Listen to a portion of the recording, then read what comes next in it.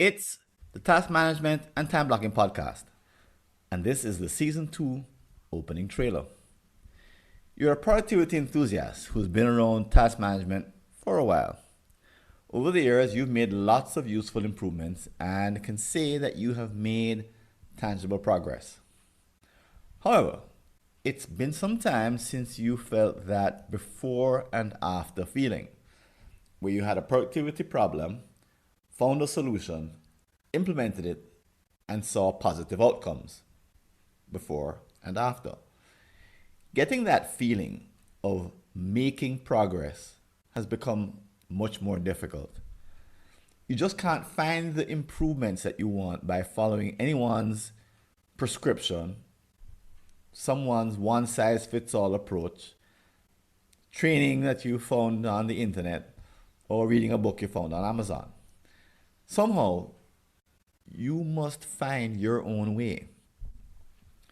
And if this is your first time listening to this podcast, you may not know that there are many others just like you. But they don't just listen to this podcast to hear expert opinion. They also attend my conference on task management and time blocking. They read my book. They join the Mighty Taskers community, and they enjoy the training I offer.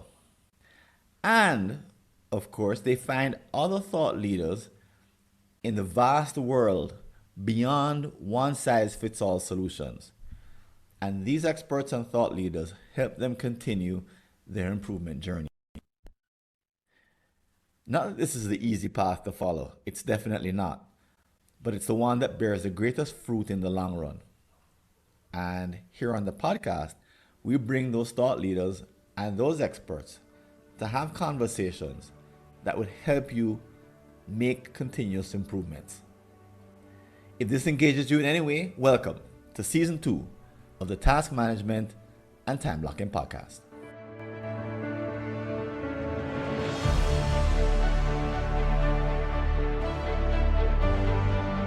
And welcome back. And this is the first time that you're tuning into this particular podcast. Well, you missed a whole season of some 31 or so episodes in which I had solo talks like this one, but I also invited on a number of guests to join me in specific problem-solving episodes.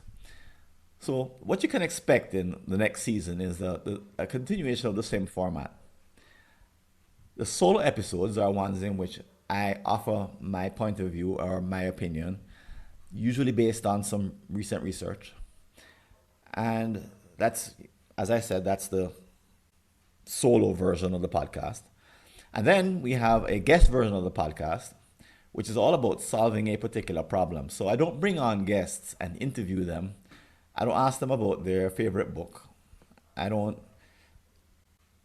ask them to tell us about their most recent insights. They're not here to share that. Instead, we start with the definition of a problem that is particularly difficult to solve in the world of task management and time blocking. And the two of us bring our information or background or knowledge or experience to bear in a conversation, a first-time conversation, to try to tackle the problem. It's almost as if we're doing it and having the conversation alone, and we have the recorder on in the background, and it's capturing what we're saying.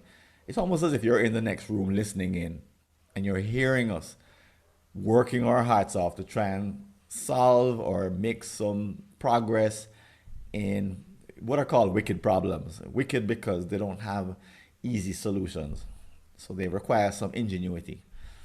And the purpose of these conversations is to have a bit of serendipity happen, a bit of someone called it jazz, some insight that pops into the space that either we never had before individually or we're now sharing for the very first time. So that's the format that we're going to continue with going into the second season. Also, if you're new, but also if you're a long-time listener, thanks for continuing to tune in. I want to set the stage for the kinds of problems we'll be tackling in the second season, because there's been a shift or an evolution in the kinds of approaches and questions that we're tackling.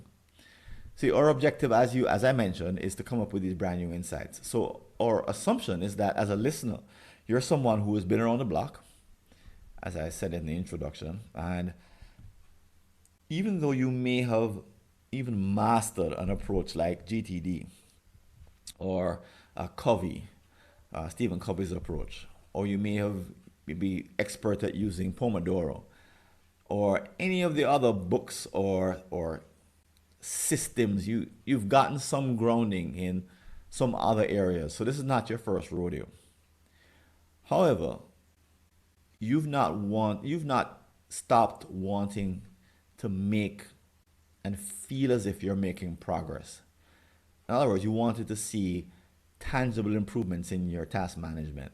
So there was some point at which you took your task management for granted and something happened and you began a journey where you started to implement ideas and you started to see them make a difference. So for many people, that's when they picked up getting things done. For me, I did a training program called Mission Control back in around somewhere in the late 90s, somewhere there. Um, and for you, it could be something else. Just picked up a book or maybe you sat down with a coach. But at some point, your task management was running on its own and you decided to make a difference. And you had this before and after experience that I mentioned in the introduction, where you went from not knowing what you were doing to having a keen sense of what you were doing and seeing your productivity improve as a result. But now you're at this different stage where I'm going to propose to you that the approach that you used to get where you are today will no longer get you any further. In other words, if you're not at a plateau, you may be close to a plateau. Well, why is it? Well, most people used a model of following a guru, a trainer, a coach, a mentor, even a role model who worked in the same office. And the idea was to follow them or copy them. And if you picked up a book or you followed a training, the trainer probably told you, just do what I tell you to do. And a form of one size fits all kind of thinking. And really, what they told you is what they would tell anyone else. And that one size fits all thinking was responsible for all of the gains that you made in the very beginning. So it was tremendously useful. However, you're now at the point further down the pike where that one size fits all thinking is no longer working the way it did. And I'll go on to explain why that is, but let's just let me propose that that's the reason why you're unable to move past a plateau if you find yourself unable to make steady improvements the way you used to. So here on the podcast, we'll be tackling one size fits all thinking and one size fits all teaching. Even in the cases when, for example, getting things done is the classic, and you might say it's a standard one size fits all approach. Now, I'm clear, right, that David Allen, the author, has said many times that he wants you to customize his approach for your use. But the bottom line in the last 3 years is he's offered a single set of behaviors that's changed very little in that time and proposed or promised that success comes from following that method. And we know it's a one size fits all approach because there's no real help in saying, well, okay, I want to change what you've offered to customize it for me. What should I do? And there's no one kind of offering to say, okay, well, here's what you do. Change this, change that, and here's why you change it. And here's why you don't change this and you don't change the other thing. The very premise, the very context is one of one size fits all application, that everyone does the same thing or needs to do the same thing. And there are many reasons why this is the case. It's easier to teach one size fits all thinking. It's easier to write a one size fits all book. It's easier for someone to understand one size fits all logic because you don't have to understand the theory behind it. All you do is you just change your behaviors accordingly.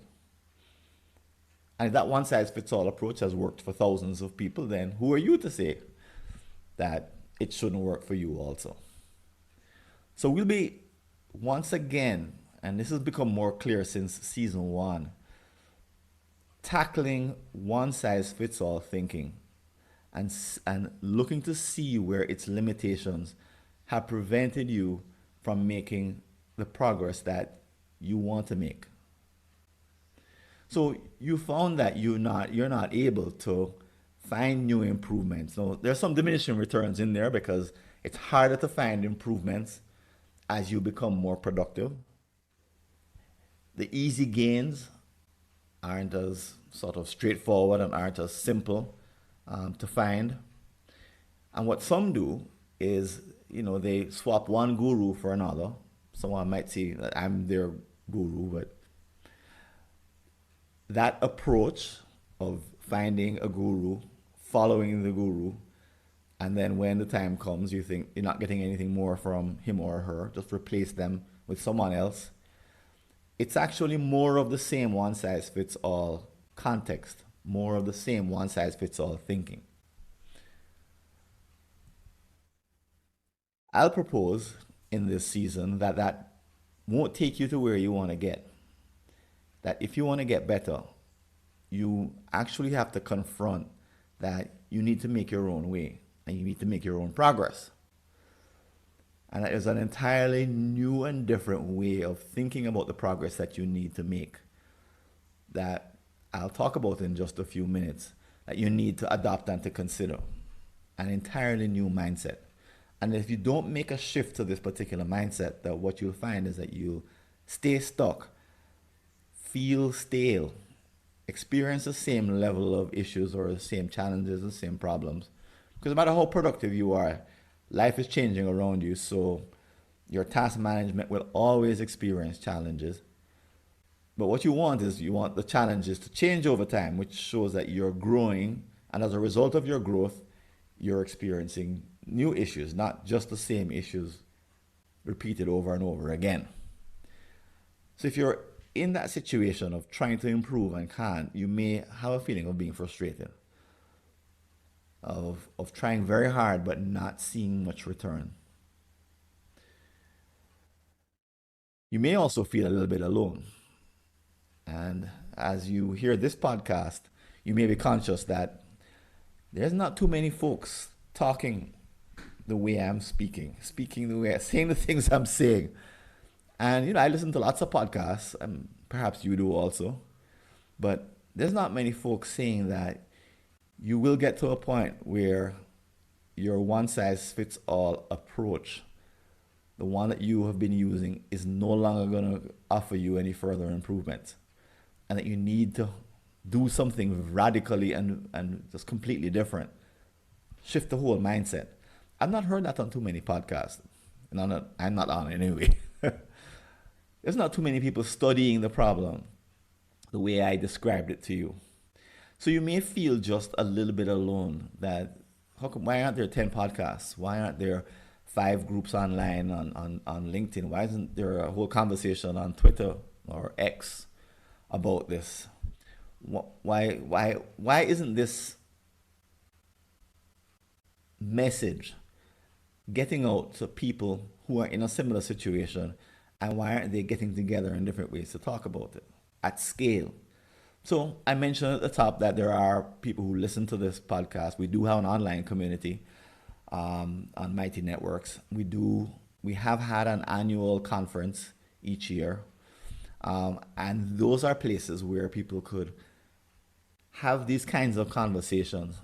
Although I'll tell you, in the beginning, it wasn't clear that one size fits all thinking was what we were saying is not working. I wasn't the enemy at the time. It wasn't the villain.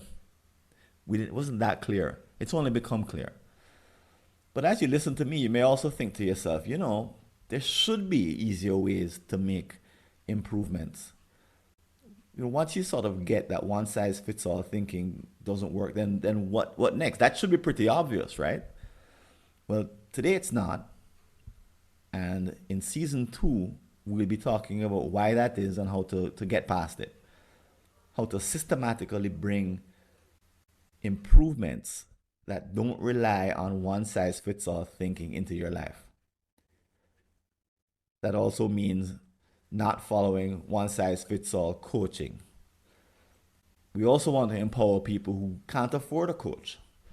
So when you hire a coach, a very smart coach will have a background that's so broad that they never give one size fits all advice. It's all contingent, right? And that's the kind of coach that you would want if you could afford to have one meet with you on a regular basis. But most folks don't have access to an individual coach. Instead, they're on their own and they're left to their own devices. So if this is a situation, you sort of have already figured out that to some degree that you don't want to stay stuck at any particular level, that you want to continue to make progress. Maybe you need to find solutions, a way to jump to the next level and not do what most people do, which is, so most people, when they get to this level and realize they're not making the kind of improvements that they used to make or that they want to make, and they're threatened with the thought of not making progress and not growing and advancing and developing, they go back to the guru. They go back to Stephen Covey, Getting Things Done. And they pick up the book and they read it twice, 3 times, 4 times. They double down. They decide that the solution is that they've not been doing it properly. And that's why they're having issues. And I did that myself. With a couple of schools of thought that I found very useful. Figured I wasn't doing it right, so therefore I tried harder. The other thing that people do is to search for a new guru harder. So they do searches on Amazon to find books. They go into places like Reddit, ask questions, or Quora. They want to find the next guru to follow.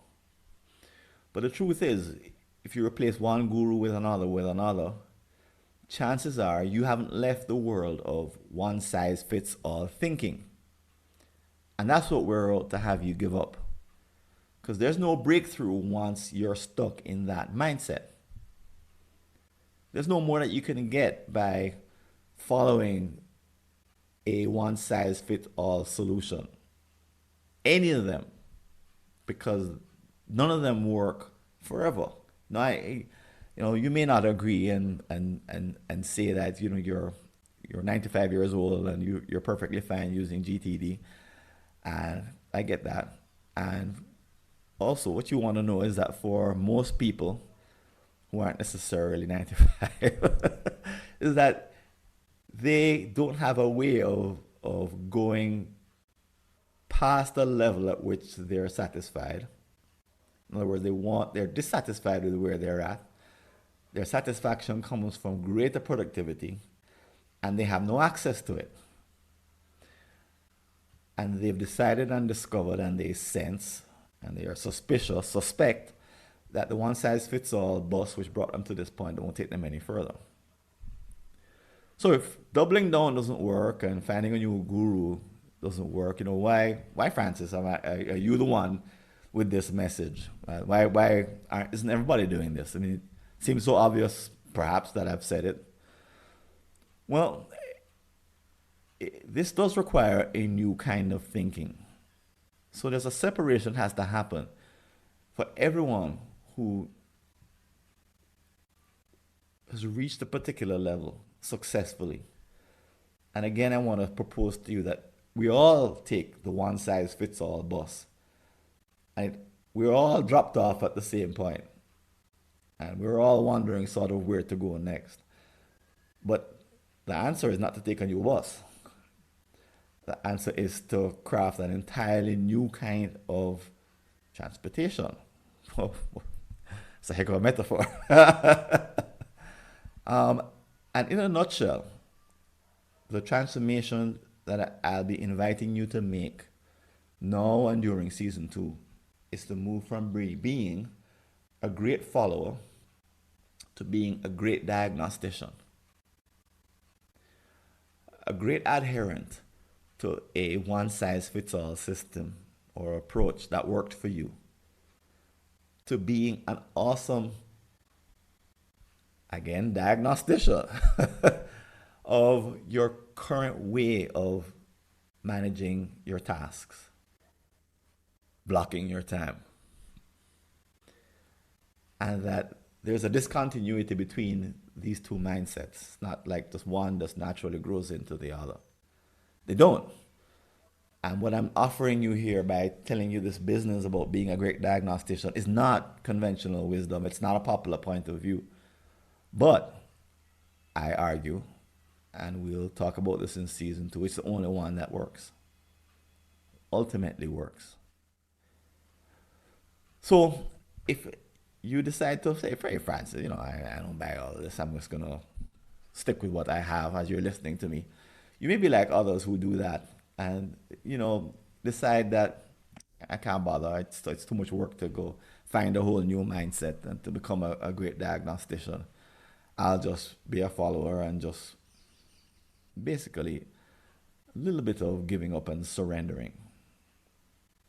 And that's what it's like when you're aware that there's a next level of performance available to you, but the pathway to that performance isn't one you already know. That it's easy, it's understandable to say, "I give up. I don't have enough in me to go find this next level. And what does being a great diagnostician mean anyway?" And so you may decide that that's not for you. And I invite you, if you don't feel that way, to consider that you can hit your aspiration. You can reach past the plateau and you can move into a new zone of continuous improvement. And yes, or rather, but yes, there is a price to pay.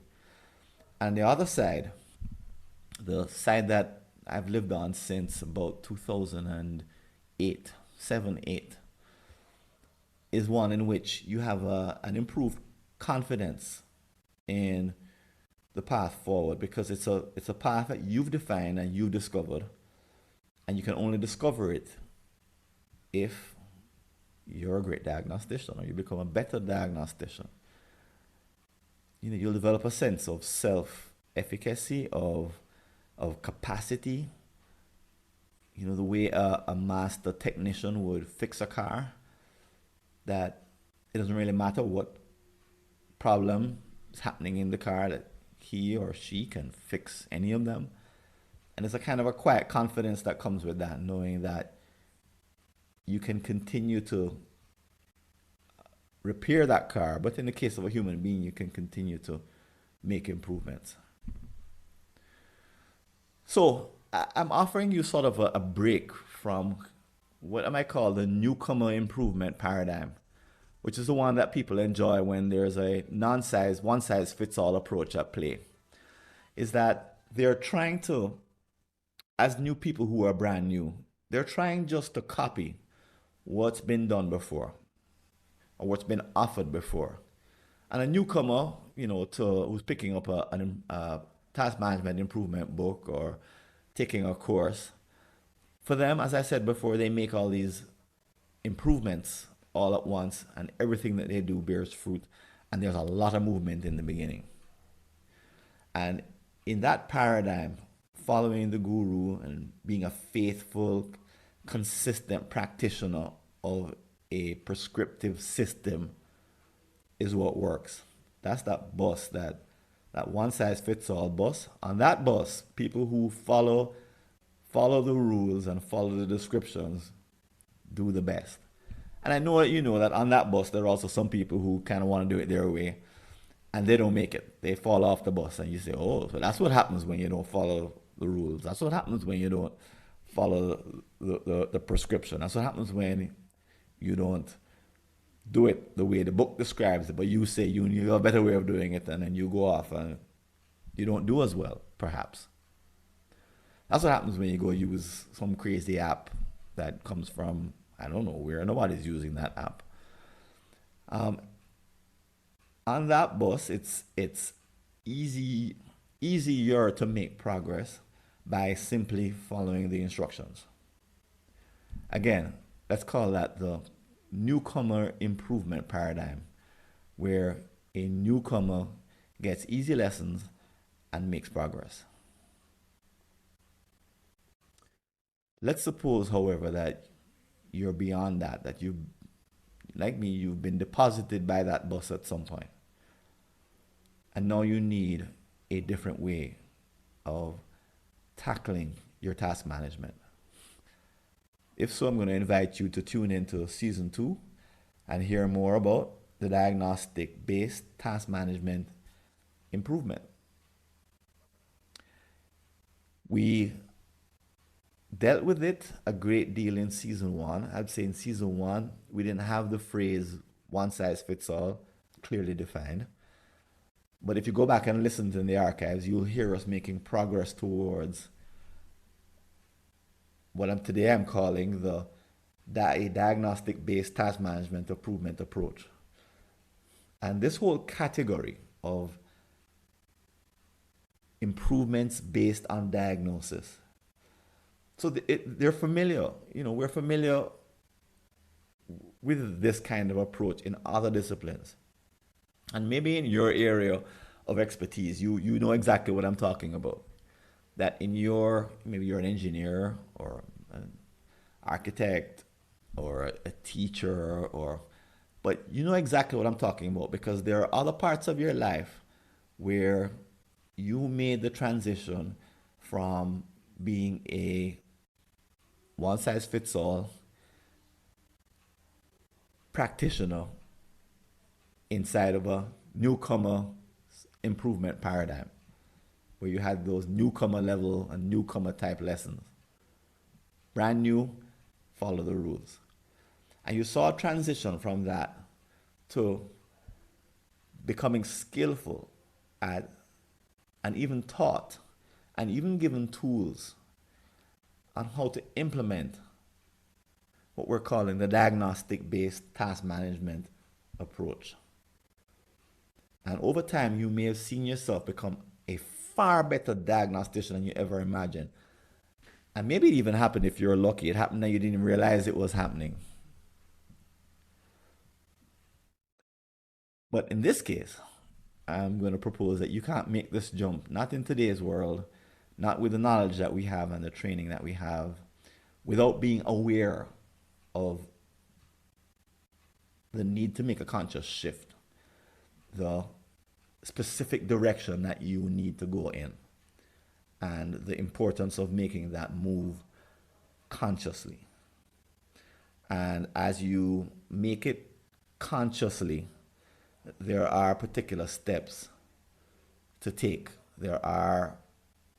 There's information to master. There's research to comprehend. There's a bunch of strange language, and there are different terms to wrestle with. There are concepts that just don't lend themselves to, sort of everyday language, because they've been made up for a particular purpose. And at the end of it, or however, at the end of it, given that this is a diagnostic based improvement approach,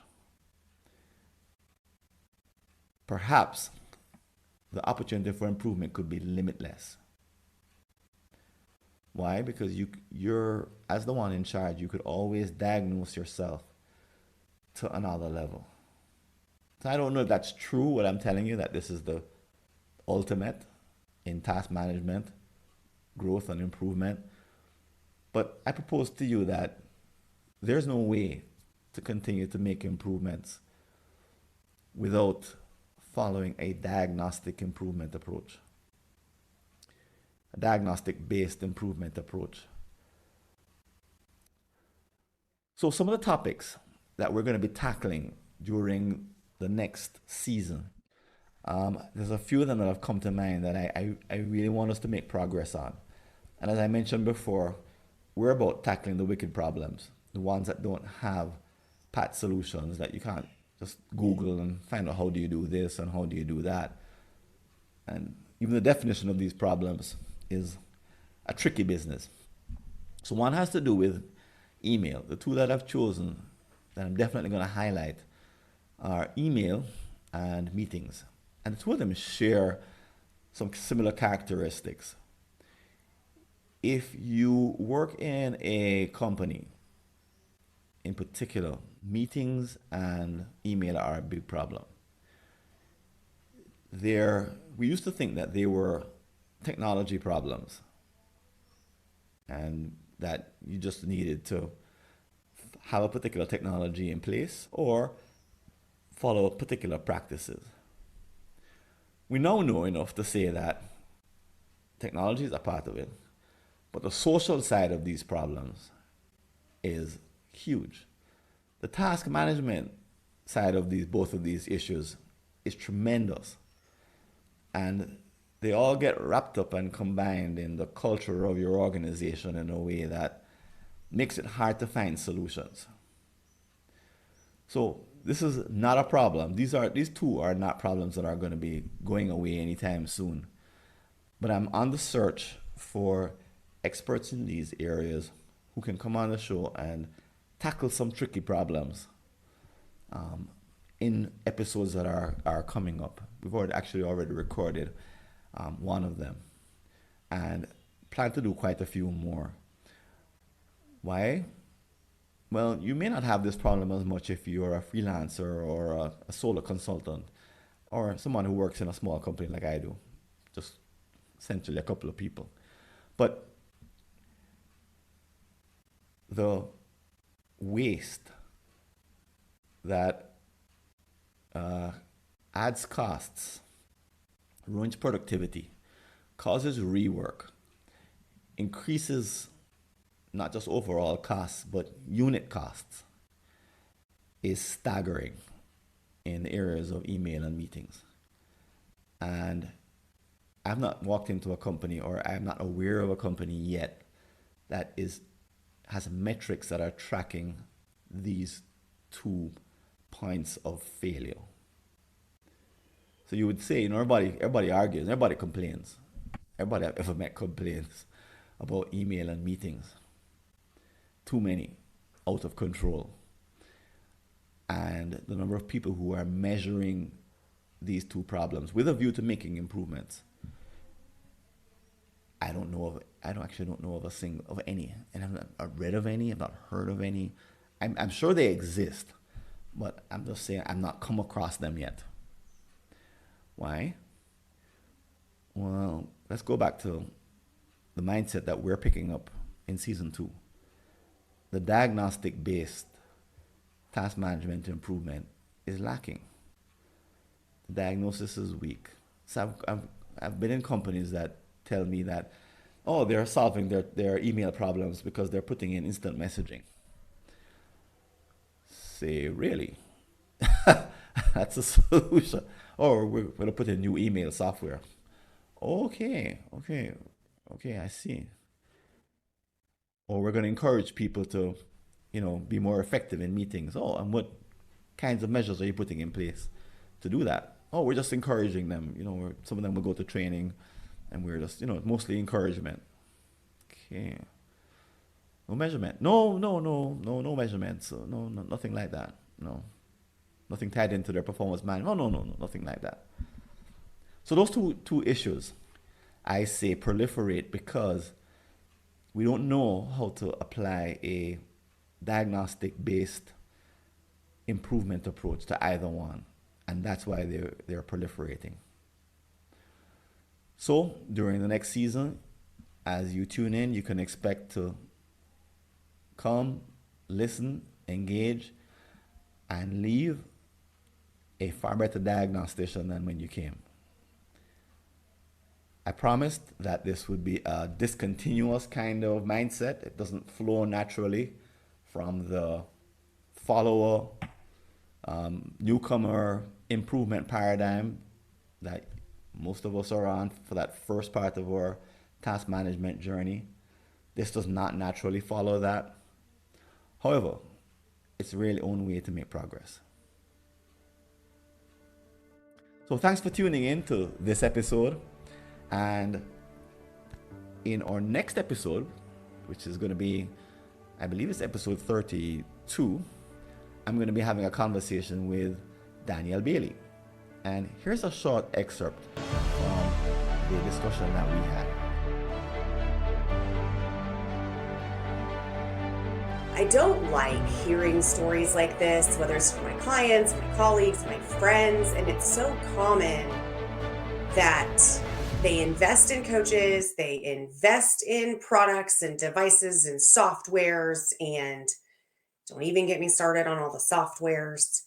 And all these things are supposed to make it better, and often it doesn't, or if it does, it's short-lived. And if you want to leave a comment about this episode or any aspect of the work that we're doing here at the Task Management and Time Blocking Podcast, you can go over to www.replytofrancis.info and send me either a message by text or send me a voice message, a voice note.